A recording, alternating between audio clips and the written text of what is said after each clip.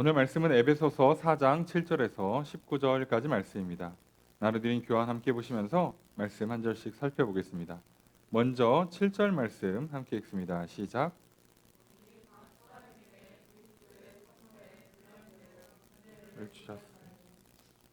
자, 문장의 주어 수로가 어떻게 될까요?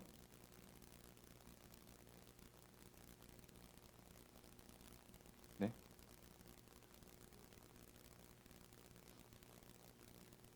자, 정상적으로 읽으면 주어가 안 나오죠. 그러면 주어가 안 나오면 보통 어떻게 해야 돼요? 앞에 쪽에서 찾아야죠.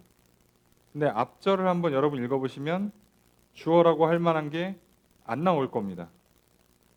왜냐하면 원문은 수동태로 돼 있는데 이걸 능동태로 바꾸면서 주어가 그냥 꼬였어요. 그래서 원래대로 하면 이 문장의 주어는 은혜입니다. 은혜, 이게 놀랍게도 주어예요. 그래서 정확히는 은혜가, 능동태가 아니라고 그랬죠? 수동태입니다. 뭐라고요? 주셨다가 아니라 주어졌다. 은혜가 주어졌다. 누구에게? 우리 각 사람에게. 그래서 이 문장은 주어가 은혜고요. 서술어가 주어졌다입니다. 은혜가 주어졌어요. 우리 각 사람에게 주어졌는데 어떻게 주어졌느냐? 그리스도의 선물의 분량대로. 그리스도의 선물의 분량대로. 여기서 이제 분량대로라고 하는 이 단어가 이제 측정했다는 뜻이거든요. 그러니까 측정 값에 따라서 줬다는 거예요. 그러니까 그리스도께서 선물을 그 측정한 값에 따라서 알맞게 나눠주고 있다는 겁니다. 그렇게 은혜를 주셨다는 거예요. 그러면 우리가 은혜도 알겠고 선물도 알겠어요. 그리고 각각에 맞게끔 알아서 잘 사람에게 맞춤형으로 주셨다는 것도 다 알겠습니다. 그럼 이 은혜는 구체적으로 무엇일까요? 당연히 뒤에 나옵니다. 그래서 사실 이 문장은 수동태로 번역해 주는 게 훨씬 좋아요. 왜냐하면 그래야 뒷 문장이 안 헷갈리거든. 그리고 이제 그 은혜를 주셨다는 내용에 대한 부연 설명이 8절, 9절, 10절이고요. 그리고 주신 은혜가 무엇냐에 대한 설명은 11절이에요. 그러니까 은혜로 주신 거는 11절입니다. 그래서 11절에 나오는 걸 잘 먼저 보면 그가, 여기서 이제 그가는 그리스도시죠. 그가 뭘 주셨어, 삼았어. 여기 삼았다는 임명했다는데요. 그러면 직분들을 하나씩 줘요. 자, 그러니까 우리에게 준 은혜의 내용은, 우리에게 준 선물의 핵심은 뭐냐? 직분이에요, 직분. 그래서 여기서 말하는 그 은혜, 선물, 각 분량에 맞춰서 준 거를 다 종합하면 결국 뭐를 줬다? 직분을 줬다 해요. 직분을 줬다.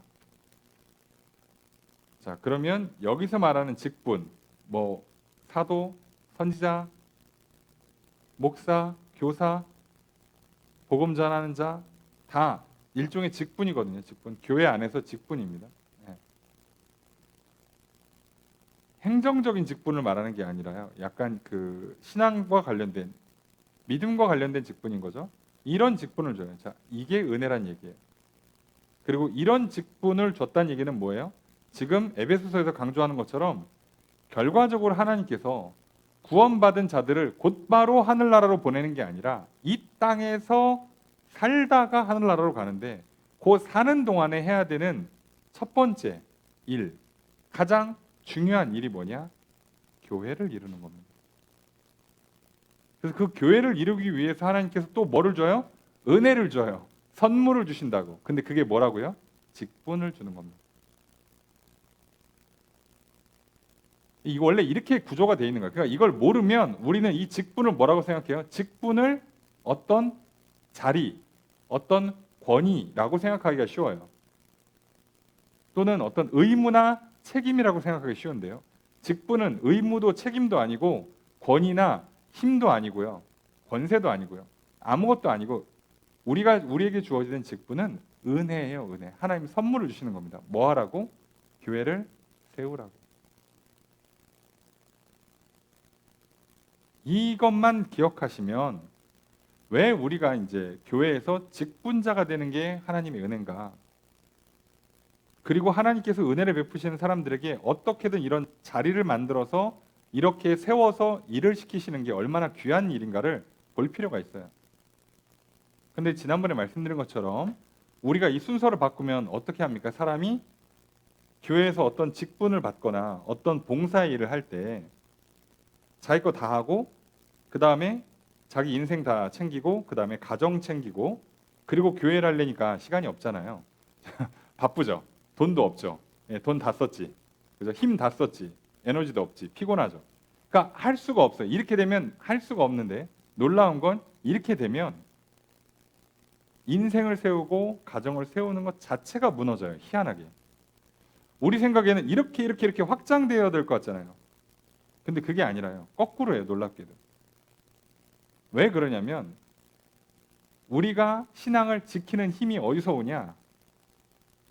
교회가 하나가 되어서 뒤에 써 있습니다. 그리스도의 장성한 분량으로 자라요. 자, 그러니까 성도는 절대로 혼자서 신앙의 성장을 이룰 수가 없습니다. 안 된다고 보시면 돼요. 목사님, 초대교회 사막에 교부들이 있지 않았습니까? 사막에 가서 수양하시고, 예? 그렇게 하시고 수도원 하시고 하시는 분들이 그렇게 많았는데 그건 어떻게 된 겁니까? 특수한 케이스라고만 보시면 돼요. 그리고 지금도 특수한 케이스에 해당합니다. 소수의 특별한 경우지 주력이 아니에요. 주된 방식이 아닙니다. 자, 그렇게 이해하시면 돼요. 안 됩니다. 자, 그래서 사람들이요. 어떤 교회에서 어떤 일을 좀 합시다. 우리 이번에 다 같이 좀 뭐를 해봅시다 라고 하면요. 뭐부터 해요? 해야지라고 한 다음에 집안일 조정하고 개인 스케줄을 조절해야 되는데 거꾸로 합니다. 자기 일정 다 보고 집안 일정 다 보고 목사님 바쁜데요? 좀 피곤해서 못 갈 것 같은데 아이고 회비가 너무 비싸. 저기 좀 깎아주세요. 자, 이렇게 나오는 경우가 대부분이죠. 자, 이렇게 되면 뭐 어떻게 된다고요? 다 안 무너진다고요. 근데 더 무서운 건 뭐예요? 나 때문에 내가 내 인생 망가뜨리는 건 내 책임이니까 할 말 없는데 내가 내 가정 무너뜨리는 것도 뭐 둘이 알아서 할 거니까 할 말 없는데 나 때문에 교회까지 성장이 더디돼요. 그래서 안타깝게도 하나님 입장에서는 굉장히 가슴 아픈 일이 일어납니다. 안쓰러운 거죠. 아이가 성장을 못해요. 계속 인큐베이터에 누워있는 셈이에요. 자, 이런 현상이 이루어지는 거예요. 그러니까 자꾸 발목 잡는 성도들이 많아지면 교회 성장이 더디 일어나는 역현상이 생겨요. 그러니까 하나님대로 답답하고 성도들도 자기들끼리 답답하고 본인은 또 본인대로 답답해요. 놀랍게도. 왜? 자기는 자기 일 바쁘고 집안 일정 조정하고 그리고 나서 교회를 하려니까 서로 답답해요. 자, 그래서 다 안 된다고 말씀드리는 겁니다. 자, 이거를 꼭 기억하셔야 돼요. 그리고 이게 그러면 이거 목사님만 좋은 거 아닌가? 저도 집안일, 개인 일정보다 교회를 우선순위 삼아야 된다니까요. 이게 생각보다 다들 불편하고 힘든 일을 하는 거예요, 서로. 그런데 거기에 하나님의 역사가 있어요. 왜요? 이걸 하라고 지금 은혜를 베풀어요. 선물을 주십니다. 성령 그리스도께서 올라가셔서 첫 번째로 주는 선물, 기도의 응답, 좋은 게 성령이에요. 성령님 오셔서 뭐 하냐? 예수님이 뭐 하라고 했는지를 역으로 가르쳐 주시고 생각나게 하세요. 근데 그 예수님께서 뭐 하라고 했는지를 가르쳐 주면 그러면 성령님이 하시는 일이 뭐라고? 우리가 지난주에 배웠죠? 성령이 하나 되게 하신다고요. 뭔가 빙빙 도는 것 같은데 결국은 뭐라고요? 예수님은 성령님을 보내고 성령님은 예수님의 가르침을 그대로 떠올리고 구현시키면서 뭘 만든다고요? 하나 되게 만들어요. 그게 하나님의 뜻이었어요. 이걸 벗어나는 순간부터 우리는 겉돌기 시작하는 겁니다. 하나님 왜 내 인생이 잘 안 풀립니까? 하나님 우리 가정이 왜 모양이 뭔가 좀 화목하지 못하고 천국 같은 가정이 잘 안 되는데 왜 그럽니까? 항상 모든 문제는 처음으로 돌아와야 돼요. 기본기부터 다시 시작하셔야 됩니다. 여기부터 문제가 생긴 거예요. 이걸 잘 보십시오.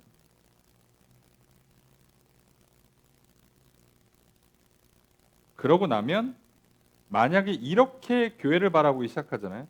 그럼 성도들이 교회를 만약에 내가 이사를 가거나 해서 교회를 선택해야 되는 입장이 돼 있다 라고 하면요, 어떤 교회를 골라야 되는지 너무 명확해져요.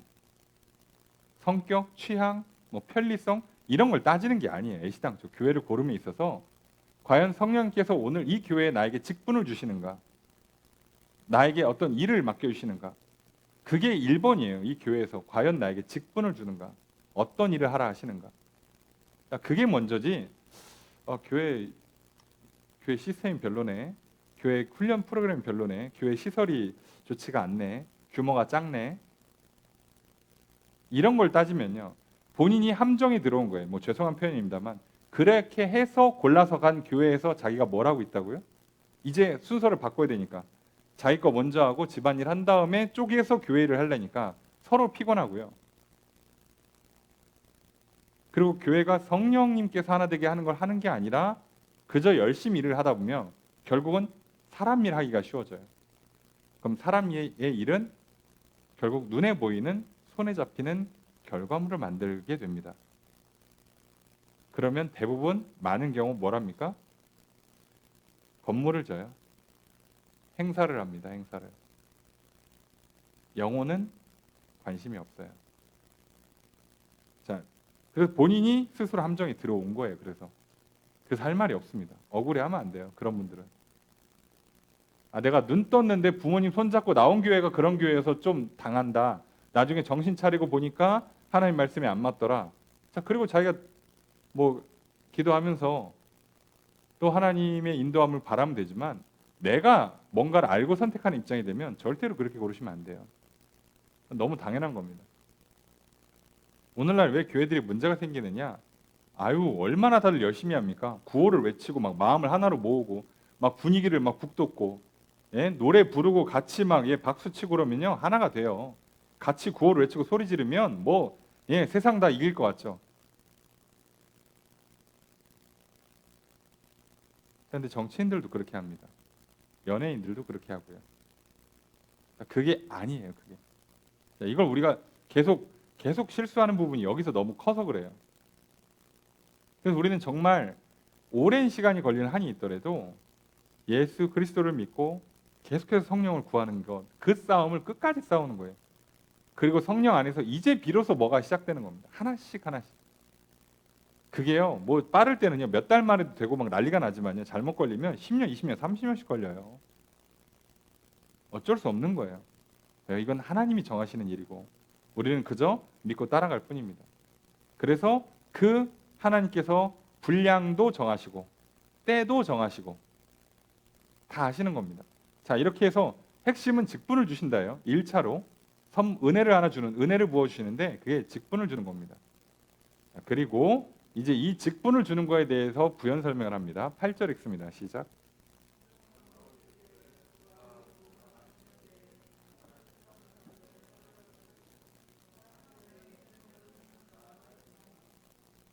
주어수로 어떻게 될까요?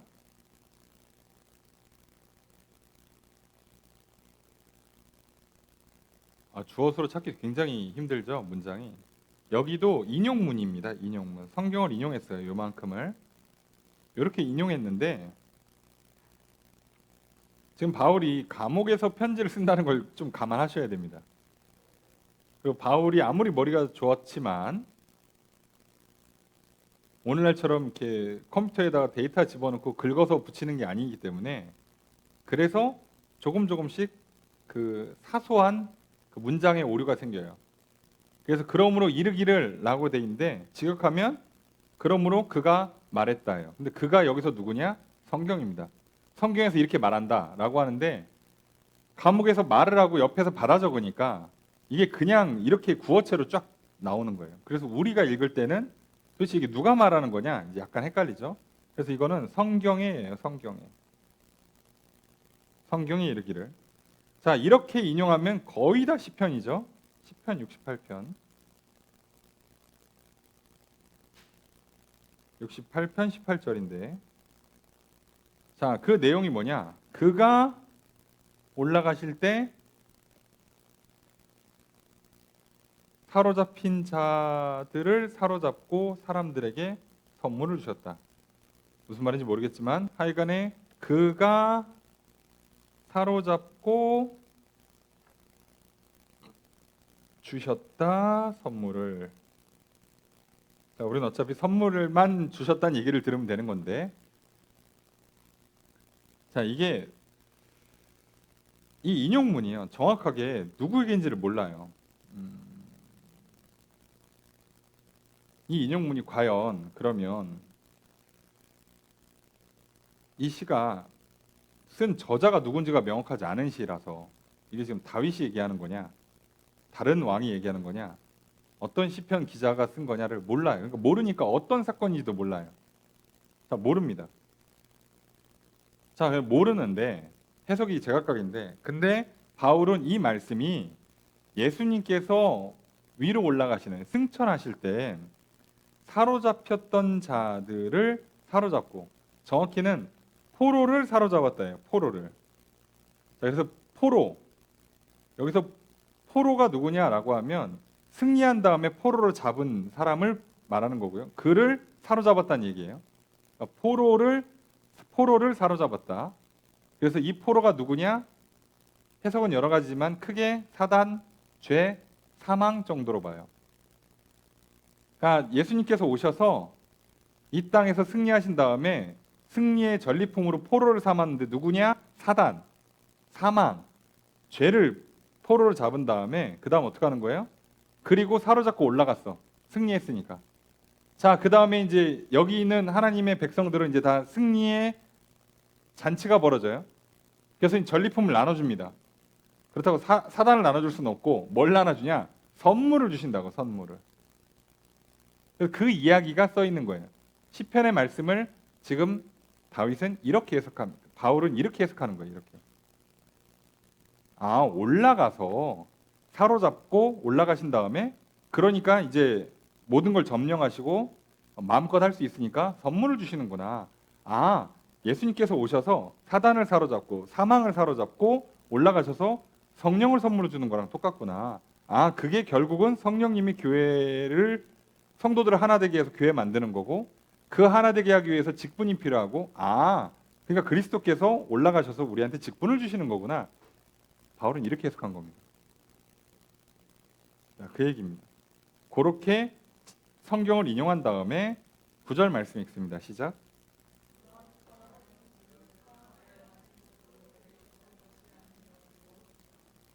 자, 질문문이죠. 자, 그게 아니면 무엇이냐라고 이제 질문을 걸어요.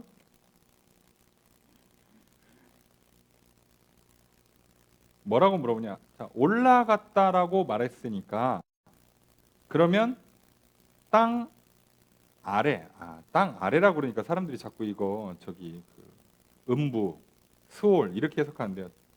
땅 아래 낮은 곳이 아니라 그냥 땅의 낮은 곳이에요. 왜 자꾸 아래라고 해석하냐? 땅의입니다. 아래라고 하면 오해가 돼요. 오히려 땅의 낮은 곳, 하늘에서 땅으로 내려오는 건 낮은 곳으로 오는 거예요. 땅의 더 밑으로 내려가는 게 아니고요. 하늘에서 내려오는 거예요. 이미 땅으로 온다는 것 자체가. 올라갔다는 얘기는 이미 내려왔다는 얘기 아니냐, 그죠? 그러니까 하늘에서 땅으로 오셨으니까 땅에서 하늘 올라가는 거죠. 자꾸 땅 밑에 있는 수월 얘기하면 안 됩니다. 더 내려가면 안 돼요. 하늘에서 땅으로 왔고 땅에서 하늘 올라가는 거다. 그러니까 올라갔다는 얘기는 한번 내려오셨다는 얘기 아니겠냐라고 반문을 해요, 그죠? 그러면서 10절 읽습니다. 시작.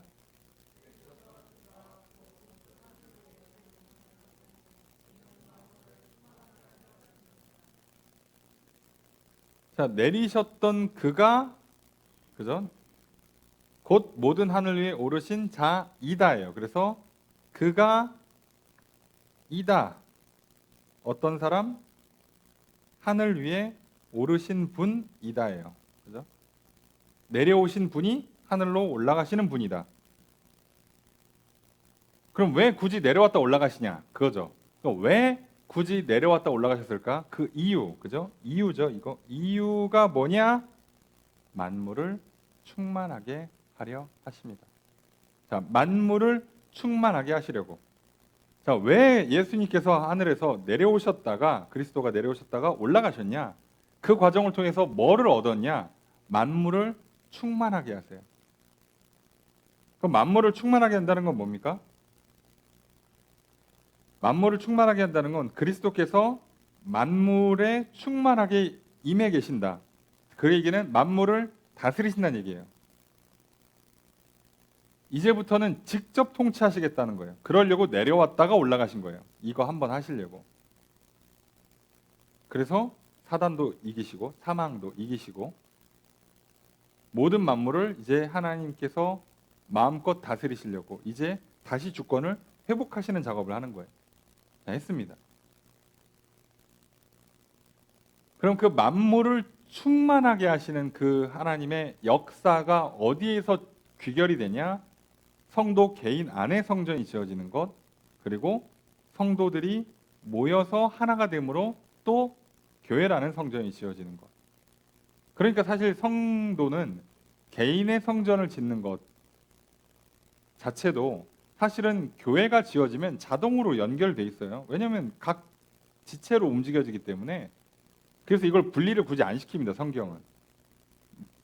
내 안에 성전을 짓는 거랑 우리가 하나가 된 다음에 그리고 결국 우리 이꼴 난데 그렇게 해서 또 성전이 짓는 거랑 사실은 같은 개념이 되니까. 그러니까 개인의 신앙 성장과 그리고 교회 공동체의 신앙 성장은 사실은 같아요. 의미가. 근데 우리가 착각한단 말이에요. 아우 저 수준 낮은 사람들이랑 안 놀래. 나 혼자 더 열심히 기도해야지. 자, 이미 거짓에 속은 겁니다. 자기 기만이에요. 그렇게 안 됩니다. 나는 예수님이 아니라고, 나는 그리스도가 아니라고, 따로 노는 존재가 아니라요. 무조건 같이 움직이는 거예요. 많은 사람들이 자꾸 여기서 착각해요. 다들 너무 교만한 거죠. 뭘 자꾸 다르다고, 나는 특별하다고, 나는 좀 예외적이라고 생각하시는 경우가 참 많은데요. 아닙니다. 같이 하지 않으면 절대 나는 혼자서 성장하지 못해요. 근데 여기서 그냥 성장만 못하니까 그냥 제자리 걸음 할게요 라고 하시면 아 몰라 배째 그냥 제자리 걸음 할게 라고 하면 역시나 실수하는 겁니다. 왜요? 이 성장 자체의 근원이 뭐예요? 생명이거든. 뒤에 나옵니다. 생명을 얘기하니까. 그러니까 이미 믿음이 곧 사랑으로 귀결되고 사랑이 곧 생명으로 귀결되게 되고요. 그거를 하시는 분이 그리스도를 통해서 하나님과 화목하고 그 다음 성령을 받는 거예요. 그러니까 믿음이 약해지면 하나님과 화목하지 않으면 성령 충만하지 않으면 결국은 사랑도 없고 생명도 없는 거예요. 근데 이분의 역사의 핵심이 뭐라고? 교회라니까요. 그러니까 내가 교회가 되지 않으면 내가 옆에 있는 형제 자매와 하나가 되는 것을 내가 목표로 삼고 그걸 위해서 기도하고 그리고 성령님께서 움직이시는 대로 내가 순종함으로 그렇게 맞물려 들어가서 하나가 안 되는 순간 나도 죽는 거라고. 왜요? 내 믿음도 죽고 내 사랑도 죽고 내 성령 충만도 다 죽어나가는 거예요. 그러니까 나는 생명력이 없는 인생이 된다고. 혼자 열심히 기도하고 열심히 성경 공부하고 될 거라고 착각하는 사람 정말 많죠. 물론 젊은 시절 소시적 한때 저도 약간 그런 생각을 좀 했었습니다. 그런데 안 돼요. 놀랍게도 안 됩니다. 그럼 제가 소위 신앙 성장이 안 되는 약간 답답한 성도가 있다고 칩시다. 또는 말을 되게 안 들어. 소위 속색이는 성도가 있다 칩시다. 아, 얘 때문에 너무 힘들어. 그냥 얘 제끼고 나 혼자 성경 보고 은혜 받고 기도하고 막 찬양 부르고 해야지. 여러분 그렇게 하면요. 제 믿음이 커지지도 않고요. 제 안에 사랑이 커지지도 않고요. 성령님께서 내 안에서 역사하지가 않습니다. 제가 목회를 경험하면서 느끼는 것 중에 하나는 뭐냐면 그 성도들을 붙잡고 씨름할 때 그 한 영혼을 위해서 제가 할 수 있는 최선을 다할 때 그때 놀랍게도 제가 하나님을 더 알게 되고요. 제가 성령을 더 잘 받게 되고요. 능력이 더 많이 나타나게 되고요. 그래서 제가 몰랐던 말씀들이 더 잘 깨달아져요. 아, 이 말씀이 이거였구나. 그리고 반대로요. 그러면서 일종의 거울 치료가 돼요. 아, 내가 옛날에 저랬구나. 금방 알게 돼요. 여러분 사람은요. 신기하게도 자기 눈으로 자신을 못 본단 말이에요. 어쩔 수 없이 자기를 보려면 비춰서 봐야 돼요. 근데 거울은 외형만 보여주잖아요. 내면을 못 보여준다고. 그래서 우리는요. 사람을 통해서 배워야 돼요. 그러니까 믿음의 공동체에서 믿음의 사람들과 서로 부딪히면서 각각의 다양한 부분들이 반사되고 반사돼서 나한테 이런 면 저런 면들을 다 보여주지 않으면 나는 절대 내 실체를 몰라요. 많은 사람들이 정말 교만한 게요. 조용히 있으면서 난 믿음 좋아. 나 이 정도면 훌륭해. 아, 천국 갈 수 있어. 아우, 저 사람들 믿음 되게 나빠. 아, 말도 되게 안 듣고. 아, 수준 낮아, 수준 낮아. 아, 빨리 예배 끝나면 집에 가서 그냥 성경 봐야지. 어림도 없는 소리 하지 마세요. 그렇게 하다가 아차하는 순간 미끄러지면 진짜 다시는 못 일어날 수도 있습니다. 정말 교만한 생각이에요. 그리고 위험합니다. 그렇게 하시면. 조심하셔야 돼요. 그럴 거였으면 처음부터 예수님께서 이 일을 하지도 않았다니까요. 이걸 왜 합니까, 굳이? 그래서 충만하게 만드시는 거예요. 믿음 충만, 사랑 충만, 성령 충만, 생명 충만을 다 이 작업을 통해서 만드시는 거라. 그리고 그 작업의 그 결과물이 교회입니다. 뭐 일종의 가나안 성도, 교회는 안 나가겠다. 내가 알아서 신앙생활 하겠다. 예, 다른 종교라면 될 겁니다. 그런데 그리스도를 믿는 그리스도교는 안 됩니다. 그리스도가 그렇게 가르친 적이 없거든요. 웃기지 않습니까? 이쪽에서는 모여서 하나가 되세요라고 가르쳤는데 저는 혼자서 잘해보겠습니다라고 하면 이미 가르침을 안 받는 거예요, 여러분. 이미 안 받는 거예요. 근데 뭐가 믿음이 좋아? 뭐가 잘 따라가고 있어? 예, 속으시면 안 돼요. 놀랍게도요, 이 간단한 진리, 아니 예수님이 모이세요라고 했는데 저는 안 가고요, 혼자 할게요라고 해놓고 저는 믿음이 좋아요라고 하는 게 무슨 경우냐고 생각을 해보면 이상하지 않습니까? 그런데요, 사람은요, 혼자 있으면 본인만 그러고 있는지 몰라요. 자, 이런 함정이 엄청 많이 들어옵니다. 이거 정말 많이 조심하시고. 그래서 뭐 소위 거룩한 삶, 봉사한다, 이웃사랑한다, 혼자서는 애시당초 안 되는 거예요. 어떻게 혼자 있는데 이웃사랑을 해? 어떻게 혼자 생활하는데 교회에서 봉사를 하냐고. 안 돼요. 공부할 거 다 하고요. 운동할 거 다 하고요. 저 쉴 거 다 쉬고요. 저 살 게 있는데 다 사고요. 저기 취업하고 결혼하고 그 다음에 할게요. 죽어도 못합니다. 죽을 때까지 못합니다. 여러분 생각해 보세요. 교회 일정에다가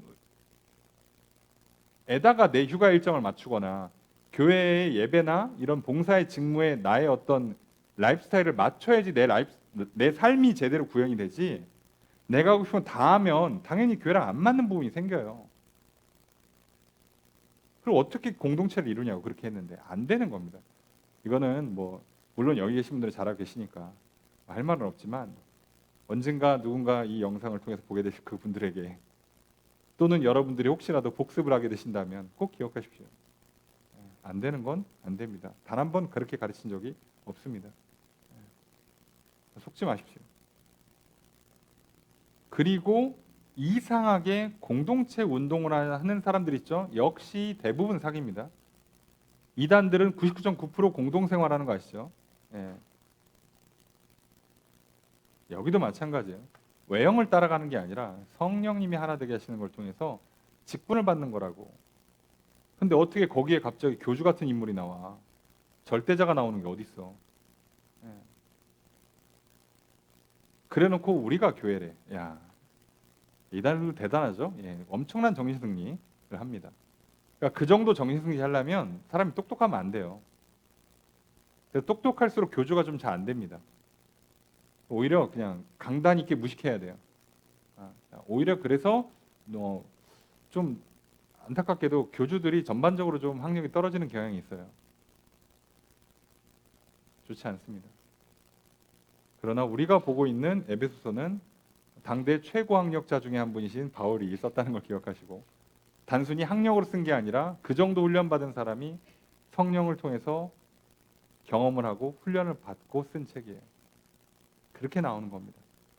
자, 이것만 기억하셔도 쉬워요. 자, 그래서 아까 11절 말씀드렸죠. 은혜를 받았어요, 우리가. 그 받은 은혜가 요겁니다. 11절 함께 읽습니다. 시작.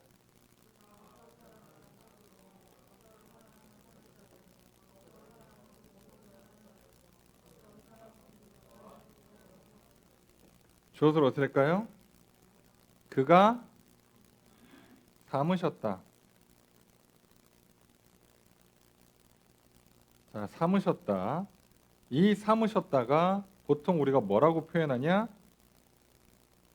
수여하다, 부여하다 또는 선물하다라고 번역합니다. 선물하다. 단어가요. 이 뜻이에요. 수여하다.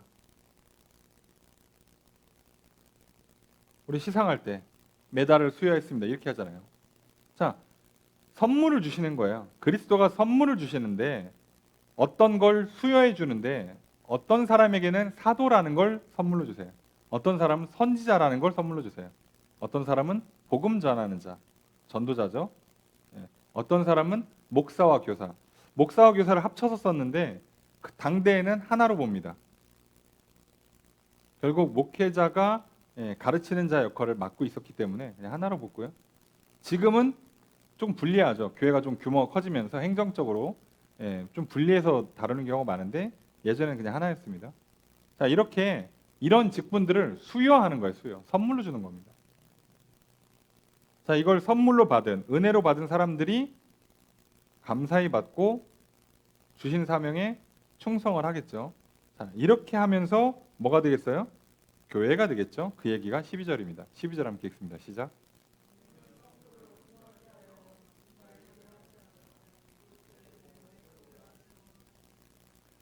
자, 그러면 그리스도가 왜 선물을 줬냐? 은혜를 왜 베푸셨냐? 이유가 나오죠. 왜냐하면 뭐뭐 때문이다. 뭐 하려고? 자, 세 가지 얘기하는데요. 이렇게 세 가지를 얘기하는데 이게 같은 개념이 아니고 이렇게 순차 개념입니다.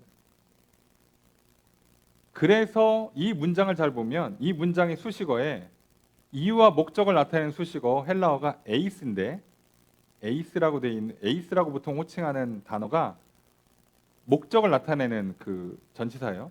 근데 에이스는 맨 뒤에만 붙어 있습니다. 그러니까 왜 하셨냐라고 결론만 놓으면 얘예요, 얘. 요게 목적입니다. 마지막 목적. 결론은 뭐다? 그리스도의 몸을 세우려고 한다. 그리스도의 몸이 뭐죠? 교회입니다. 그리스도의 머리, 교회의 머리는 그리스도고요. 그러니까 그리스도의 몸을 세우는 게 목적인데 그러려면 어떻게 하냐고요? 직분을 주세요. 선물로 직분을 줘. 그 직분 받은 사람들이 자기 직분에 맞게 일을 하면 어떤 결과가 나오냐? 첫 번째로 성도가 온전해집니다. 자, 온전해진다 그러면 자, 완전해진다라고 번역할 수 있는데 이 온전하다, 완전하다가 약간 그 흠이 없다 이런 개념으로 좀 보시면 돼요. 그러니까 성도가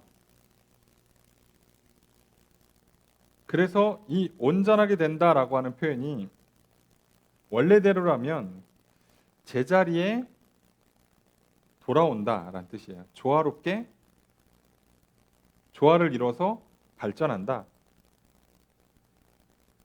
자, 그러니까 성도가 온전해진다는 얘기 뭐예요? 성도가 제자리로 돌아오는 거예요. 이 사람이 원래 있어야 할 자리로 돌아왔다는 얘기예요. 그러니까 그동안은 이상한 자리에 가 있다가 그리스도께서 은혜를 베풀어서 선물을 주셔가지고 직분을 받은 사람들이 각자 자기 직분에 맞게 일을 하면 그 일에 따라서 그 일의 결과물로 성도들이 어떻게 된다고요? 자기 자리를 찾아 돌아온다고요. 자기 자리를 찾는다고. 그렇게 자기 자리를 찾아 돌아오면 자기에게 맞는 봉사를 해요, 성도가. 그동안 하고 싶은 거 이상한 거 하다가 목회자를 통해서 성령님께서 이 사람을 적재적소로 옮긴단 말이에요. 그걸 잘 따라오면 이 사람이 이제 맞는 일을 해요. 그래서 봉사의 일을 하는 겁니다. 그러면 뭐가 된다고요? 그리스도의 몸 된 교회가 잘 세워진다. 그러니까 교회는요, 여러분 하고 싶은 일 하는 거 아닙니다. 조금 과하게 말씀드리면 목회자가 시키는 대로 하세요. 이게 맞는 겁니다.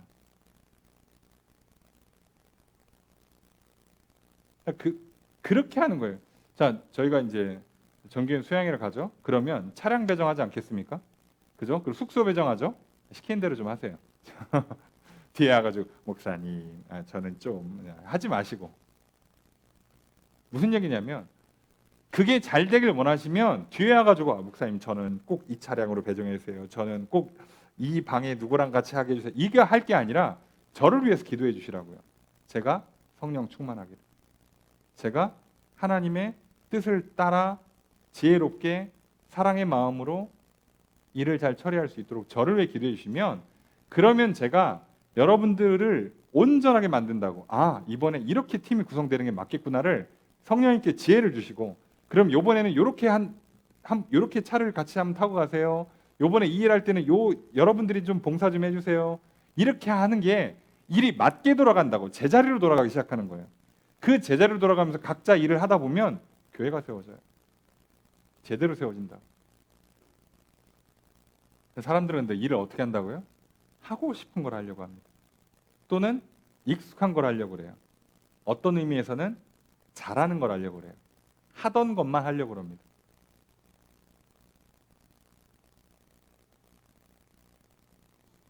이렇게 면전에 대고 얘기하긴 그렇지만 참 생각보다 말을 잘 안 들으세요. 사람이 다. 물론 그만큼 제가 부족한 것도 있겠습니다만 잘 안 들으신다고. 그게 서로 손해예요. 서로 손해. 한 번뿐이 우리 인생이고 시간이고 생명인 존재들이란 말이죠. 우린 유한합니다. 육신을 갖고 살아가는 건 한 번밖에 주어지지 않아요. 우리가 나중에 하늘나라 가서 영원히 사는 거 말고 이 육신을 갖고 살 수 있는 기회가 100년, 길어야 100년짜리라고. 이 100년 동안 이거를 써볼 수 있는 기회, 천사도 기회를 안 줬다고 이 몸을 쓸 수 있는 기회를 우리한테 줬는데 그 몸을 어떻게 쓸지를 성령님이 직접 가르쳐 주고요. 그리고 목회자를 통해 직분자들을 통해서 가르쳐 주세요. 그러니까 이 직분자 중에 뭐가 있다고 얘기했죠? 목사와 교사가 있죠. 주로 직접 상대하시는 분들은 목사와 교사예요. 사도는 대부분 교회를 개척하는 일을 하고요. 복음 전하는 자는 교회 밖에서 전도를 해서 교회로 사람을 데려오고요. 선지자는 교회 안에 하나님의 말씀을 선포하는 자인데 한 1세기, 2세기까지 하다가 사라져요. 왜요? 다 목사와 교사로 통합이 되어버립니다. 그러니까 주로 목회자들이 이 일을 주로 감당하게 돼 있어요. 그러니까 여러분들은 목회자를 위해서 기도해 주시고 저는 성령 충만하고 여러분들의 기도를 들으신 하나님의 은혜로 말미암아 제대로 지혜롭게 뭔가 정말 사랑을 가지고 하나님의 뜻을 분별하면서 일을 하면서 이렇게 합시다. 그러면요 일이 잘 돌아가요. 이게 선순환이에요. 그래서 우리가 한 번 사는 동안에 우리가 서로 이렇게 만나가지고 이렇게 몸을 부대끼면서 살 때 얼마나 아름답고 행복하게 살 수 있냐고요. 근데 이게 안 되잖아요. 그럼 나는 나대로 하고 싶은 것도 못하고 또 되지도 않아요. 근데 나 때문에 옆에 있는 사람도 또 쉽게 얘기하면 원래 얘가 왼쪽에 있고 오른쪽에 있어야 되는데 이렇게 있어야 정상인데 얘가 갑자기 이쪽으로 확 와버려요. 그럼 이 사람이 밀려가지고 일로 간다니까? 둘이 어색한 자리로 와 있어요. 서로 안 맞아. 근데 이 사람은 저는 그냥 이쪽이 편한데요. 그러고 와 있는 거예요. 자기도 안 맞는지도 몰라. 왜? 한 번도 맞는 걸 해본 적이 없잖아요. 그러면 안 맞는 것도 몰라요. 무슨 말인지 아시죠? 단 한 번 나는 그거를 해본 적이 없어. 난 늘 이렇게만 살아왔어. 난 이게 맞는 줄로 착각하고 사는 거예요. 속지 마십시오. 몸을 갖고 사는 인생에서요. 어마어마한 경험이 필요합니다. 근데 교회는 그거를 아주 다양하게 할 수 있어요. 심지어 교회가 성장하면서 계속 모양이 바뀌어요. 유기체라서. 그러면 또 처음에는 내가 이쪽 가서 위치하고 있고 일하고 있다가 목회자 통해서 요번에 이쪽으로 바꾸래. 따라가면 야, 나한테 이런 모습이 있었어? 야, 내가 이런 것도 잘하네? 와, 하나님 나를 이렇게 쓰시네? 와, 이건 더 좋네? 그때 알아요. 그러니까 사람은 자기를 모른다고. 왜 자꾸 안다고 얘기하고 목사님 저는 그게 좋아요. 목사님 전 그거 안 할래요 라고 하는 것 자체가 얼마나 교만한 거냐고. 뒤에 나옵니다. 무지하고 완고하다고. 교만하고 고집세다고요. 그게 우리에게 서로 손해예요. 서로 손해. 방법이 없습니다. 자, 그래서 이거를 그렇게 강조하는 거 그렇게. 만약에 그냥 적당히 넘어갈 것 같으면 바울도 유대인들이랑 이방인들 친하게 지내. 자, 둘이 저기 날 잡고 저기 한 달에 한 번씩 1년에 한 번씩 기념주일 만들어 가지고 서로 악수하고 사랑합니다. 친하게 지냅시다. 그렇게 한 번씩 기념하고 넘어가. 이렇게 안 끝내요. 왜 이렇게 복잡해 보이는 이론을 제시하냐면 이게 진짜라 그렇습니다. 이렇게 돼야만 됩니다. 이렇게 안 되면 무조건 문제가 생겨요. 그리고 신약 성경에 나와 있는 서신서들을 보는 여러 교회들의 분열이 문제가 있잖아요. 뭐 특히 대표적으로 고린도 교회 같은 교회들. 자, 무조건 이런 문제가 생깁니다. 자기 하고 싶은 대로 해요, 사람들이. 편이 갈라져요. 맞는 사람들끼리 모여요. 자, 그러면 난리가 납니다. 자, 그래서 잘 보셔야 돼요. 자, 지금 내가 하고 있는 자리에서 영원히 있지 않습니다. 무조건 움직일 겁니다. 지금 내가 있는 자리가 최상의 자리가, 최적의 자리가 아닐 수도 있어요. 근데 그거는 몰라요, 내가. 성령님이 인도해 줄 겁니다. 그런데 하나님께서는요, 교회 안에서 웬만하면 나한테 직접 얘기 안 하고 목회자를 통해서 하실 겁니다. 그리고 서로 그렇게 맞물려 들어간 동안에 깨닫게 될 거예요. 여기에 자꾸 걸리는 거 보니까 지금 내가 뭐가 안 맞는구나. 이 자리가 지금 더 이상 나한테 안 맞나 보다, 이제는. 자, 그걸 스스로 알게 될 겁니다. 그리고 스스로 알 정도 되면 목회자도 알아요. 모를 수가 없어요. 그렇게 됩니다. 그래서 만들어 가실 겁니다. 자, 이런 목적이에요. 왜 굳이 내려오셨다가 올라가시고 충만하게 다 다스리시면서 왜 그렇게 선물을 주시냐? 왜 이런 직분을 주냐? 이렇게 만들려고. 제자리를 찾게 가게 하고 제자리에서 일을 하게 만들어서 교회를 세우는 겁니다. 부탁드리니까. 자, 하고 싶은 거 하지 마시고요. 자기 거 먼저 하고 나서 하려고 하지 마세요. 아무것도 안 됩니다. 죄송한 표현입니다만 인생도 이상해지고요. 가정도 제대로 안 되고요. 당연히 배우자 문제, 자녀 문제 당연히 제대로 안 풀릴 겁니다. 그리고 교회 와서는 또 고집 부리고 저는 이거 할래요. 목사님 저 이거 그냥 할게요. 시켜주세요. 그러면요. 이제 대환장 파티가 벌어지는 겁니다. 순서를 바꾸세요. 먼저 하나님의 은혜 가운데 성령 받으시고 성령 충만한 가운데 목회자를 통해서 각자 자기 자리를 찾아가시고요. 그러다 보면 내 가정이 모양이 다시 만들어지고 내 인생의 모양이 다시 만들어집니다. 그때 하나님이 나를 왜 이 땅에 만드셨는가? 내 몸이 어떤 특성을 갖고 있고 어떻게 살아야 되는가를 제대로 알 거고요. 그렇게 사는 인생이 소위 생명을 누리는 인생, 살아도 후회가 없는 인생을 살게 될 겁니다. 하나님 우리에게 그걸 허락해 주고 싶으신 거예요. 교회에서 죽으라고 일시키다가 그냥 죽살나게 고생시키다가 그냥 나중에 고생 많았다 천국으로 와라 이러려고 하시는 게 아니고요. 비록 인생에서 육신을 갖고 사는 동안에 고생은 좀 하겠지만 힘들 때가 있겠지만 그게 아니에요. 제대로 살게 하는 거예요. 제대로. 그걸 좀 기억하십시오. 그래서 교회로 될 때 어떻게 되는 거냐? 13절 읽습니다. 시작.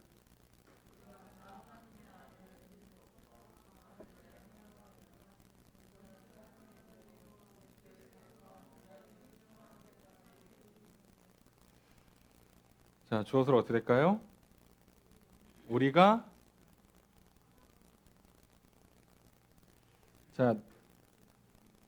여기가 서술어만 하나, 서술어가 사실 하나밖에 없어요. 이 문장에 놀랍게도 원문에 서술어 딱 하나 나오는데 이른다예요. 이른다.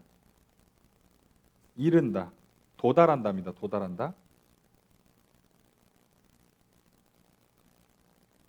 도달하는데 이 서술어 한 번 나오지만 실제로는 세 군데에 붙어요. 마지막에도 붙고 어디에 붙을까요? 아까 말씀한 것처럼 하나가 된다예요. 여기도 같은 단어입니다. 그리고 또 뭐가 돼요? 완전한 사람을 이룬다요. 이 세 번이 다 이룬답니다. 다 이룬다.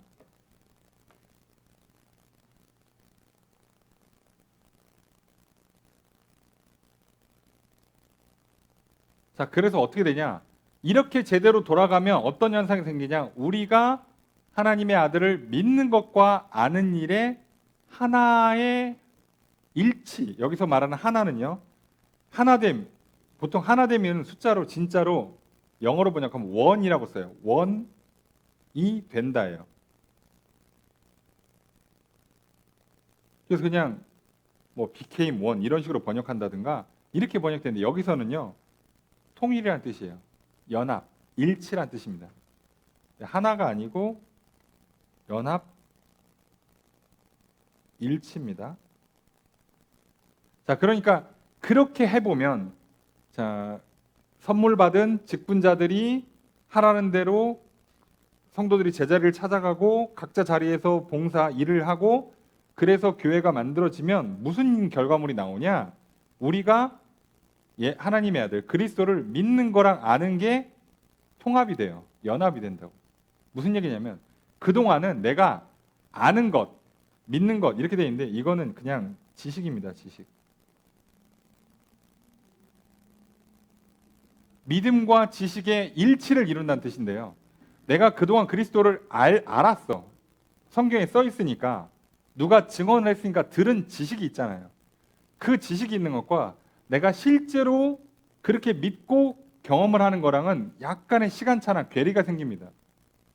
그런데 언제 그게 하나가 돼버리냐? 아, 내가 예수님께서 이렇게 하신다고 배웠어. 들었는데 진짜로 되는구나. 믿어. 와, 그렇게 진짜로 되는구나. 이거를 어떻게 경험하냐? 선물 받은 직분자들이 제자리로 가게 만들고 제자리에서 일을 하다 보면 교회가 되는데, 그러면 안다고요. 그러면 안다고요. 근데 사람들은 이걸 어떻게 하려고 한다고? 혼자 떨어져 나와서 골방에 들어가서 기도하고 성경 연구하고 뭔가 고행을 하고 난리를 쳐서 이걸 하려고 그러잖아요. 하나님 이런 분이라는데 내가 한번 경험해보고 싶어. 깨닫고 싶어. 그렇게 하면 주로 이단들이 그렇게 나오는 거예요. 놀랍게도. 그러다가 뭐를 받았대. 자, 그럼 이단이 되기 쉽습니다. 미치겠죠. 예. 근데 이게 2단까지 안 가고요. 조금 약해. 한 1.5단쯤 되잖아요. 그러면요, 가정이 막 힘들어져요. 이 사람 때문에 옆에 사람이 힘들어져. 교주는 못 되고 옆에 사람들만 괴롭히는 거예요. 그냥 이렇게 되는 겁니다. 내가 연구를 해보니까 하나님 말씀 이런 뜻인 것 같아. 이 사람 모른다고 지금. 그렇게 해서는 죽어도 알 수 없는 영역이라고요. 단 한 번 그걸 허락하신 바가 없어요. 히브리서 얘기했잖아요. 자, 믿음으로 알게 된다고 돼 있잖아요. 자, 우리가 성경 공부를 통해서 믿음이 자라는 게 아니고요. 믿음으로 하나님이 어떤지를 경험하게 되고요. 그래야 알아요. 그때 믿는 것과 아는 것이 일치가 일어나요. 일치가. 무슨 얘기냐면, 어렵게 설명할 거 없어요. 우리도 머리로는 잘 압니다. 만 몸으로는 안 합니다. 일찍 자야지라고 하지만 일찍 안 자죠. 그만 먹어야지라고 알고 있지만 그만 먹어야 돼라고 했는데 젓가락 계속 움직이고 있죠. 예. 이거 몸에 안 좋은데 하는데 계속 하고 있죠. 예. 일치가 안 돼요. 지금 연합이 안 됐다고. 통일이 안 돼 있다고요. 근데 이거 어떻게 하냐고. 도 닦아요? 수행합니까? 어디 산에 들어가요? 아니요. 교회 안에 들어가서 계속 그렇게 제자리를 찾아가고 부대껴 가고 일을 해보시라고. 그러면 어느 순간 뭐가 돼 있다고요? 내가 일치가 돼 있어요. 그러니까 모를 때는요, 그냥 시키는 대로 하세요, 제발. 이렇게 표현드리는 게 참 뭐 듣기 조금 불편하실 수 있겠지만, 모르잖아요. 시키는 대로 좀 하세요. 가끔 환자들 의사를 가르치시는 분들이 있어요. 제발 가서 시키는 대로 좀 하세요. 하고 안 됐을 때 그 의사 실력이 없네라고 욕하시라고. 시키는 대로 하고 나서 욕을 하라고. 안 되면 그 전까지는 시키는 대로 하셔야 된다고. 최소한 나보다 의학에만 공부를 최소한 10년 이상 했잖아. 하루에도 몇십 명씩 환자를 보잖아요. 그러니까 최소한 나보단 나을 거 아니야. 근데 나의 병을 고치는 실력은 없을 수 있어. 그러니까 시킨 대로 해보고 안 맞으면 딴 병원 가세요. 최소한 가서 가르치려고 하지 말라고. 절대로 그렇게 되지 않습니다. 그래서 어떻게 된다고요? 온전한 사람을 이룬다. 온전한 사람을 이룬다. 아까 설명했죠? 예. 정상 모드로 돌아오는 거예요. 정상 모드로. 예. 정상 모드로. 그래서 흠이 없는 성숙한. 근데 사실 여기서 온전한은 뒤에 장성한이랑 같은 단어입니다. 성숙했다는 뜻이에요. 사람이 성숙해지고요. 그렇게 해서 그 다음에 어떻게 돼요? 그러니까 각 개인이 아는 거랑 믿는 게 일치가 돼. 하나님 맞구나. 이런 분이시구나. 알게 돼요. 그래서 사람이 믿음이 커져요. 성숙해집니다. 영적으로 성장하죠. 그 다음에 어디까지 가냐면 함께 목표가 어디로 가냐면 그리스도의 장성한 분량이 충만한 데까지 가요. 자, 이거는 혼자 가는 게 아니라 같이 가는 겁니다. 각자 이렇게 막 연합이 되고 깨닫게 되면서 다 같이 어디로 간다고요? 그리스도의 장성한 분량이 충만한 데까지 가요. 사실상 그리스도와 완전히 일치가 되는데, 자, 그거를 교회에서 이루는 거라고. 이 얘기하는 겁니다. 자, 그럼 이게 안 될 때 얘기를 해주는 거예요. 자, 그러면 사람들은 이거 하기 싫어할 거 아니에요. 혼자 어떻게 해보려고 그러죠. 그리고 나중에 내가 뭘 경험했다, 깨달았다, 막 잘난 척하고 싶고 자랑하고 싶고, 혼자 막 뭔가 대단한 것처럼 막 이렇게 어깨를 막 피고 콧대를 세우고 고개를 들고 싶어 하겠지만 반대 얘기를 할 겁니다. 14절 함께 읽습니다. 시작.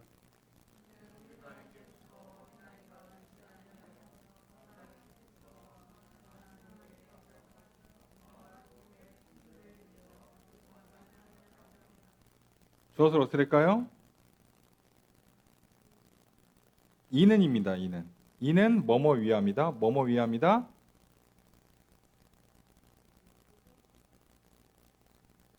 원문대로만 가면 어린아이가 되지 않기 위함이다예요.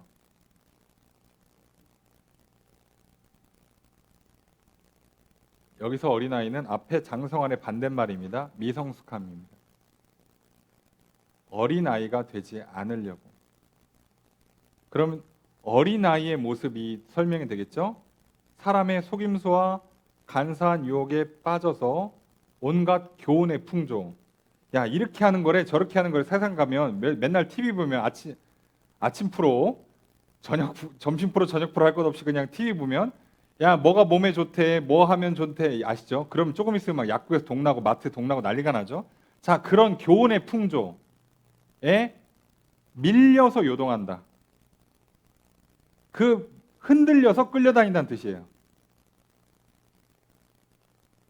그래서 뭐만 나오면 뭐 먹는다. 여러분, 건강식품은요, 보조제예요. 내 몸에 부족할 때만 넣는 겁니다. 그리고 몇 개를 섞어 넣을 때는요, 더 조심하셔야 돼요. 지들끼리 충돌 날 수가 있어요. 그래서 확인하고 넣으셔야 돼. 근데 좋다는 걸 하나씩 먹기 시작해 보세요. 그러면 한 1년만 지나시면 그 영양제나 보충제나 이런 게요, 그냥 집에 찬장에 막 수두룩하게 됩니다. 그거 다 먹으면요, 그래서 몸에서 탈나요. 오히려 탈난다고. 큰일 납니다. 그렇게 하면. 누가 그렇게 해요? 제일 좋은 건 뭔지 아시죠? 자연 상태로 섭취하는 겁니다. 음식의 형태로 먹는 거예요. 그리고 인간이 다 영양분을 몰라요. 그래서 모르니까 어떡하라고요? 하여간에 최대한 골고루 먹으라고 얘기합니다. 최대한 골고루. 얘가 뭐가 좋은지 모르는데 그냥 이 풀 저 풀 먹고 이 고기 저 고기 먹고 다 드시라고. 왜요? 몰라. 사람이 그렇게까지 다 알지를 못해요, 영양분을. 그런데 특정 영양소가 부족한 사람들이 있어요. 그러면 걔만 정제할 수 있는 수준까지 왔어. 우리의 현재 실력이, 기술이. 그래서 그것만 필요한 걸 농축해서 일시적으로나 또는 장기적으로 복용하는 거예요. 내가 육식을 잘 못해. 그러다 보니까 단백질이 많이 부족해. 내가 나이가 들면서 칼슘이 좀 많이 부족해. 근데 도저히 내가 음식으로는 섭취가 다 안 돼. 그때 약을 드시라고. 그때 조금 먹는 거예요. 그때 도저히 안 될 때, 방법이 없을 때, 또는 갑자기 막 요즘처럼 비가 오거나 날이 너무 더워가지고 야채를 못 구해, 과일을 못 먹어. 그때 이렇게 정제된 약의 형태로 먹는 거예요. 평상시에는 절대로 정제된 거 드시지 마십시오. 사람 몸이 그렇게 간단하지 않습니다. 그래서 쉽게 얘기하면 죽지 않는 거면 그냥 다 드세요. 네, 웬만하면 다 드세요. 먹을 수 있는 건 다 드시라고. 다. 칼로리 제발 따지지 마시고 대충 그냥 한쪽으로만 안 치우치게. 네? 우리가 아시죠? 그 탄, 단, 지 대충 비율 아시죠? 예, 그냥 적당히 비율 맞춰가지고 너무 안 쏠리기만 하시고 골고루 드세요. 무조건. 그리고 자꾸 살찌는 거 신경 쓰시면 조금 드세요. 예. 뭘 자꾸 이상한 거 드시지 마시고 양만 줄이시라고, 양만. 예. 할 수 없습니다. 그러니까 별의별 소리 다 듣잖아요. 이렇게 하면 뭐가 좋아진대, 이렇게 하면 뭐가 좋은데, 이렇게 하면 애가 뭐 성적이 오른대, 키가 큰데, 뭐 요즘은 앞으로 이런 걸 배워둬야 애가 나중에 사회생활할 때 좋대. 별소리 다 들어요. 그 맨날 흔들리고 끌려다니고 난리가 나는데 그거 하지 말라고. 그건 어린애들이 하는 거예요. 어린애들이나 유치한 사람, 미성숙한 사람들. 그럼 교회에서 하나가 돼보세요. 아무리 작은 교회도요, 몇 명이라도 뭉쳐가지고 하나가 되기 시작해보세요. 엄청나게 대화 많이 하고요, 엄청나게 몸을 많이 움직여서 일하게 돼요. 그러면요, 자연스럽게요, 사회생활 되고요, 대화하는 거 배우고요, 예, 훈련 되고요, 소통하는 법 배우고요, 건강해지고요. 된다고. 교회에서 가만히 있다가 집에 가서 누구랑 얘기할 건데, 누구랑. 교회에서 가만히 있다가 집에 가서 무슨 일을 할 거냐고, 무슨 일을. 무슨 봉사를 할 거냐고. 아니, 교회 와서도 가만히 계신 분이 집에 가서는 자율도 집안일 도와주시겠다. 예? 그러니까 내 집부터 잘 챙긴다고? 그러면 다 망가진다고 그랬잖아요. 속지 마세요. 그래서 흔들리는 거예요. 사람들이 얘기하잖아요. 젊을 때 뭐 이거 해보세요. 뭐 여행도 다녀보세요. 뭐 이런 거 공부도 해보세요. 취미생활도 해보세요. 뭐도 배워보세요. 별소리 다 하잖아요. 이거 휘말리면 끝나요, 인생. 걱정하지 마세요. 좋은 공동체가 이루어지면요, 예, 그거랑 비교 안 되는 아름다운 경험들이 쌓이게 될 겁니다. 그런 거예요. 그러다 뭐 잘 맞으면 우리 다 같이 그냥, 예, 저기 비행기 타고 해외 가서 뭐 주일 예배 드리면 되지 않겠습니까? 할렐루야. 얼마나 좋아요. 그럼 되지. 뭐가 문제야? 어렵잖아요. 그래서 우리가 오히려 성숙하는 비결, 성장하는 비결은요, 교회가 되는 겁니다. 교회에서 벗어나면 벗어날수록 성숙도가 떨어져요. 저도 목회자로 경험해 보지만 성장 속도가 더디더라고. 혼자서 성경 보시는 분들, 혼자서 기도 많이 하시는 분들, 자기만의 세계에 갇혀가지고 남들이랑 얘기도 안 하고 봉사도 안 하고 그냥 조용히 있으면서 그냥 뭐 믿음 지키는 분들, 오히려 믿음이 자라지 못해요. 그리고 되려 세상의 이런 속임과 유혹에 훨씬 더 쉽게 휘말려요. 못 이깁니다, 절대. 그래서 그렇게 하면 안 돼요. 그렇게 하지 말라는 거예요. 자, 그래서 15절 함께 읽습니다. 시작.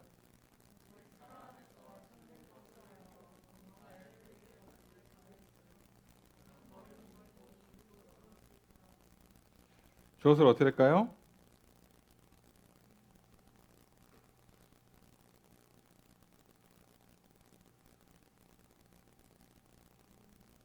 주어는 우리가입니다. 우리가. 이 우리를 붙였어요. 그래서 우리가 어떻게 된다? 우리가 뭐 한다?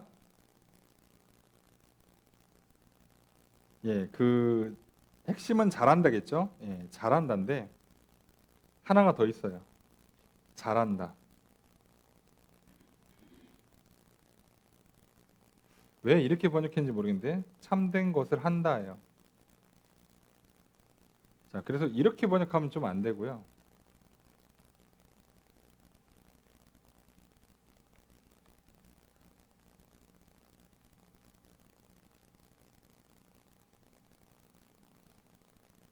뭐지?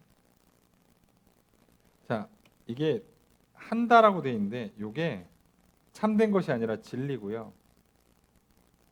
진리를 한다가 아니라 말한다예요.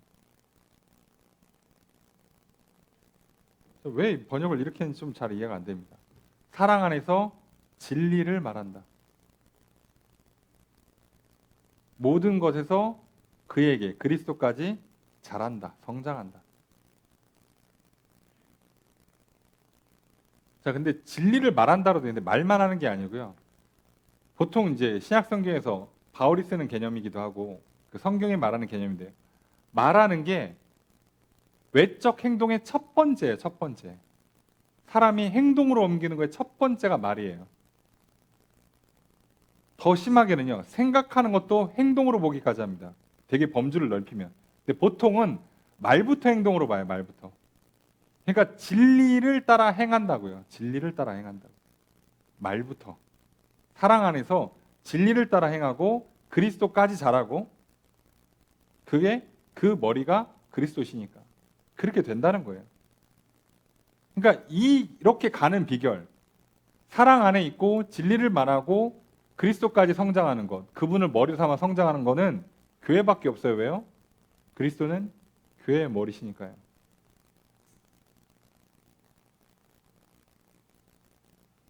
나는 그리스도의 몸된 교회의 지체, 부분, 일부고요. 자꾸 1대1로 하려고 하지 마세요. 예. 1대1로 뭘 자꾸 성장하려고 그러지 마세요. 그렇게 하는 게 아닙니다. 오히려 우리가 믿고 구원받는 데까지는 어떻게 보면 개인적으로 하는 게 맞지만 그 이후로는 공동체로 갑니다. 이웃 사랑의 속성상 그래요. 사랑의 속성상 그렇습니다. 그래서 절대 사랑은 혼자 있지 않아요. 이것만 기억하시면 돼요. 차고 넘쳐서 새로운 생명을 잉태하는 게끔 움직여요. 사랑의 속성상. 그런데 자꾸 끊고 줄이고 나만 어떻게 잘 살아봐야지, 나만 잘 먹고 잘 입고 잘 놀아야지, 이렇게 간 순간 이미 이렇게 들어온 순간 사랑은 없다고 보시는 거예요. 네, 아시죠? 사랑 없으면 생명도 없고 진리도 없는 거예요. 그러니까 그게 사람들은 그게 잘 사는 거라고 착각하잖아요. 어떻게든 나만. 그런데 그게 나를 망치고 공동체를 망치는 거예요. 그래서 자꾸 사회가 발달을 해도 사람 사는 게 영 좋아지지 않는 이유가 그래서 그렇습니다. 자, 16절 읽습니다. 시작.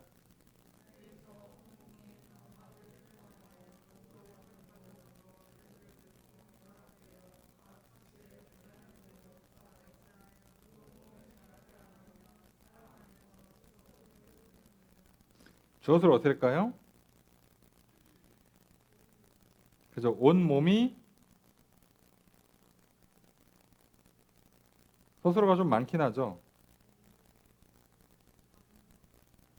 자, 그래서 받는다,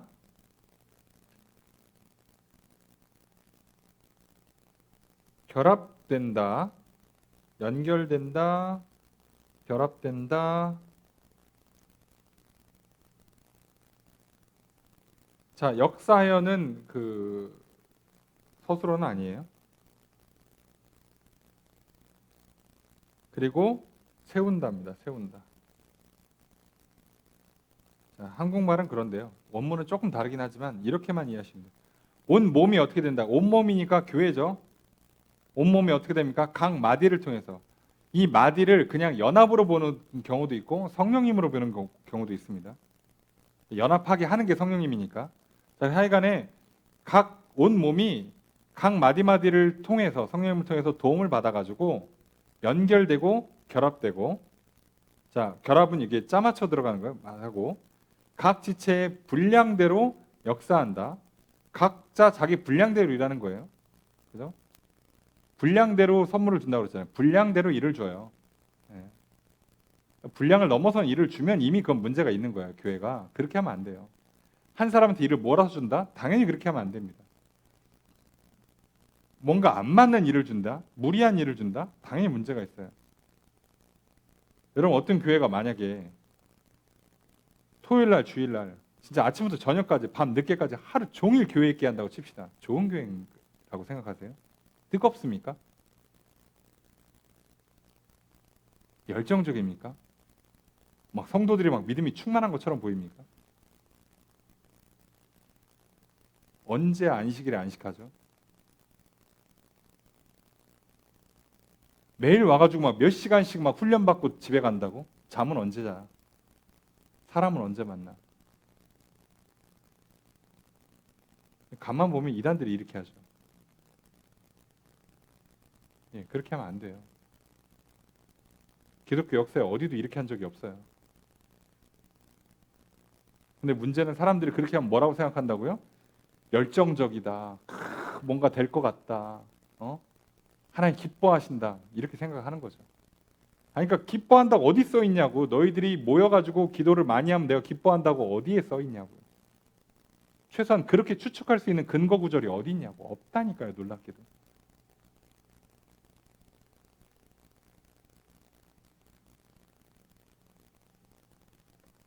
그겁니다. 그렇게 해서 자 몸이 자라고요. 사랑 안에서 스스로 세운다.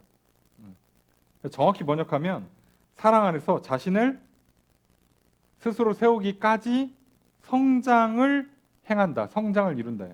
스스로 잘 설 때까지 계속 성장을 한다는 얘기예요. 계속. 그러니까 성장이 자동으로 일어난다. 믿음이 자라기를 원하세요? 아는 것과 믿는 것이 하나가 되길 원하십니까? 영적으로 성숙하길 원하세요?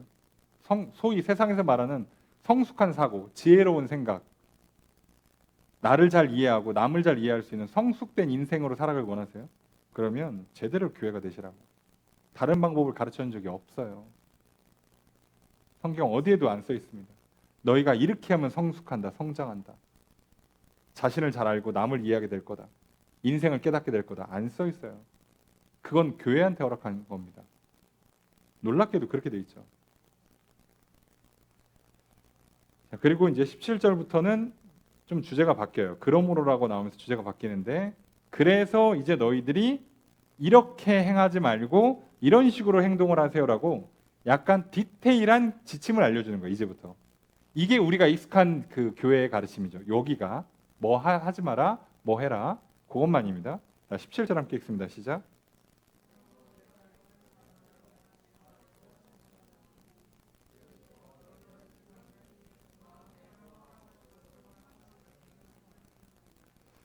자, 주어를 어떻게 될까요? 그래서 내가 말한다, 증언한다. 강조한 겁니다. 두 번 얘기했으면. 자, 그래서 뭐 하라고요? 너희는 행하지 말라. 뭐처럼? 이방인이 마음에 허망한 것으로 행하는 것처럼 행하지 말라. 마음, 이성, 생각과 마음, 뭐 그냥 넓은 의미에서 마음. 자, 이방인이 그 마음에 허망, 허무한 것으로 행하는 것처럼 너희는 그렇게 하지 마라. 허무한 걸 한다고요. 마음이 공허한 것도 있지만 허무한 거래. 이렇게 하면 될 거라고 소위 근거도 없어. 그냥 말 그대로 뜬구름 잡는 얘기예요. 결과물이 약속되고 보장된 게 하나도 없는데 이렇게 하면 되겠지? 이렇게 하면 좋겠지? 그냥 그러고 가는 거예요. 그러고. 왜 그러냐? 그러면 몰라. 너 그거 왜 하는데? 그럼 본인도 몰라요. 그냥 좋겠지 뭐. 될 것 같은데? 이러고 하는 거라고. 그럼 결과물이 어떻게 나와요? 허무하게 나오죠. 자, 안개 같은 표현을 쓴다고 그랬죠? 손에 안 잡혀요. 없어져. 결과물이 안 나와요. 너 그거 왜 했냐? 라고 하면 이렇게 될 것 같아서 해보고 났더니 됐냐? 아니요. 자, 이렇게 되는 겁니다. 자, 그렇게 한다는 거예요. 자, 근데 왜 그렇게 사냐? 왜 그럼 이방인들은 왜 그렇게 살 수밖에 없냐? 도대체 왜 허무한, 행복할 줄 알고 이렇게 하면 잘 될 줄 알고 하는데 왜 결국은 불행해지냐? 왜 잘 안 되냐? 그럼 이 사람들이 좀 뭔가 배우고 몇 번 실패하고 배우고 정신 차릴 것 같은데 왜 정신 못 차려 계속 저렇게 사느냐? 이유가 있겠죠. 18절 읽습니다. 시작.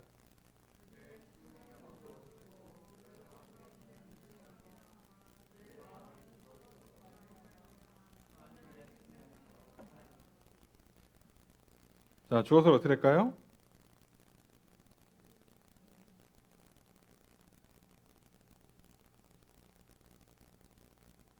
그들의 총명이 어두워졌다예요. 어둡다. 네, 이렇게 됩니다. 어둡다. 그리고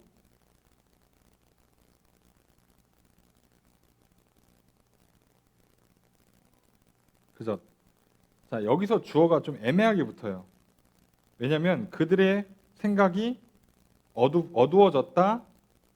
하나님의 생명에서 멀리 있다예요. 그냥 멀리 있다. 떨어져 있다. 그죠? 떨어져 있다. 멀리 있다.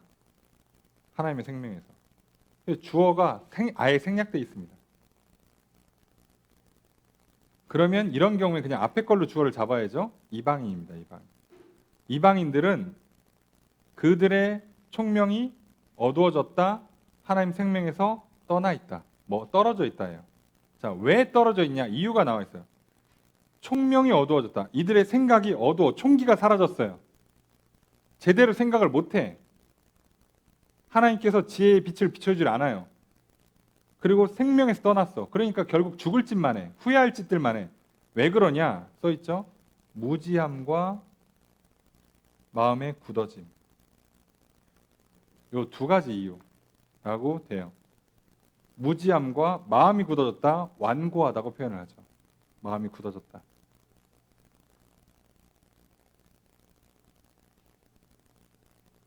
그래서 여기서 말하는 무지함은요, 일종의 자기 기만이에요. 나는 알고 있다. 이렇게 하면 좋을 거다. 행복할 거다. 잘 될 거다. 라는 생각에 빠져 있어요. 왜요? 근거도 없고 보증도 없고 된다는 능력도 없는데 될 것 같대. 자, 이게 무지예요. 실제를 모르는 거예요. 된다 안 된다도 모르는데 될 것 같대 그냥. 뭐지? 그건 무지한 거죠. 자, 그래서 오히려 자기 기만에 빠지는 거, 스스로를 속는 거예요. 그 다음에 마음이 굳어지는 거. 말 그대로 마음이 딱딱해지는 겁니다. 이거 성경에서는 양심에 화인 맞았다는 표현까지 쓰죠. 그러니까 마음이 굳어진다는 얘기는 뭐예요? 양심이, 가책이 잘 안 들어가요. 왜요? 찔러도 외면하고 찔러도 외면하고 부정하고 외면하고 부정하고 계속하면 이게 마치 우리 얼굴에 철판 깐다는 표현처럼 납작 두꺼워지듯이 양심이 굳어져요. 그래서 얘가 제 기능을 못하기 시작합니다. 그래서 찔러도 반응도 안 와요. 보통 뜨끔하게 돼 있어요. 일종의 안전장치예요. 그래서 하나님께서 그렇게 넣어주는데 그게 제대로 작동을 안 돼요. 계속 외면하면 익숙해져 버립니다. 신기하게도. 잘 안 들어가요. 그러니까 자기 기만에 빠졌죠. 그 다음에 양심 없음에 빠졌죠. 그러니까 이 사람은요, 뭘 생각해도 어리석은 생각을 하게 돼 있어요. 그리고 허무한 결과를 향해 달려가게 돼 있는 거예요. 그러니까 생명에서 멀어지죠. 자꾸 뭘 해도 열심히 하고 나중에 허무합니다. 그리고 시간 지나면 후회해요. 만족이 없어요. 또 할 때는 또 미친 듯이 해요. 이상해 사람이. 예. 근데 그렇게 됩니다. 19절 읽습니다. 시작.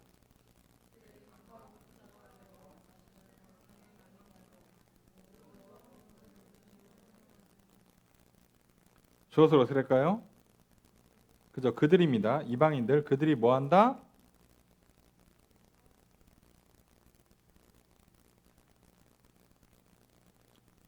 자, 좀 표현이 그런데요. 방임했다예요. 방임했다. 서술어가 방임했답니다.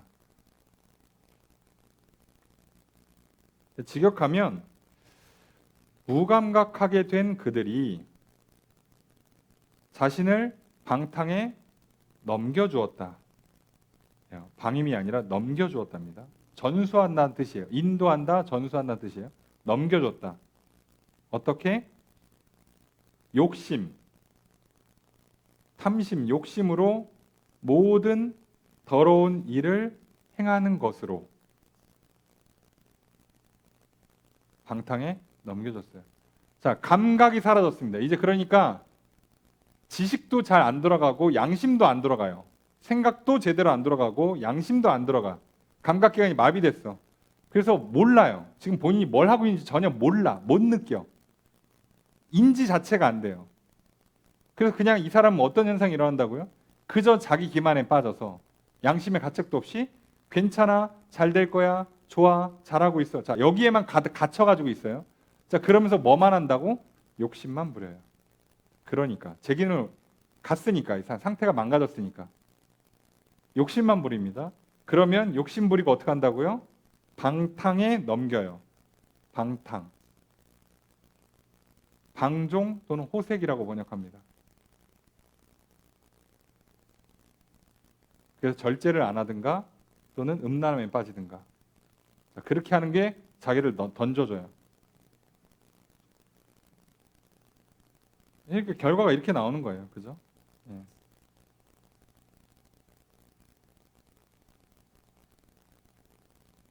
자, 무지와 완고함, 자기 기만과 양심 없음 때문에 이 사람들은 생각이 총명이 어두워지고 생명에서 멀어지면서 그 완전히 생명력을 잃은 영혼, 판단 기능, 감각 기관을 잃은 영혼은 그대로 욕심만 부리면서 방탕한 삶을 살아가요. 그냥 자기 본인이 뭐 하는지 몰라요. 자, 이방인들이 그렇게 산다고. 에베소 교회의 일원이 되기 전 이방인들이 그렇게 살았다고요.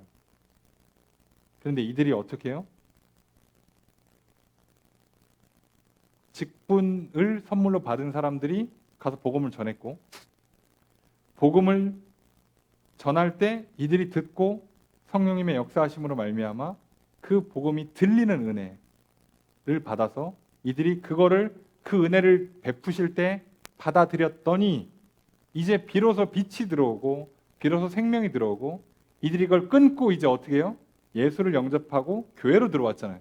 그랬더니 교회에서 이 작업이 잘 돼야 되는데 조금 잘 안 됐던 거예요. 에베소 교회가. 그거 설명한 겁니다. 그래서 이 뒤에는 이제 다음 주에 본 내용은 잘 해라. 어떻게 하면 잘 할 수 있는가에 대한 구체적인 지침을 얘기하는 거예요. 오늘 우리가 말씀을 통해서 어떻게 하나님께서 교회를 세우시는 게 얼마나 중요하고 그걸 어떻게 이루는가 간단하게 살펴봤잖아요.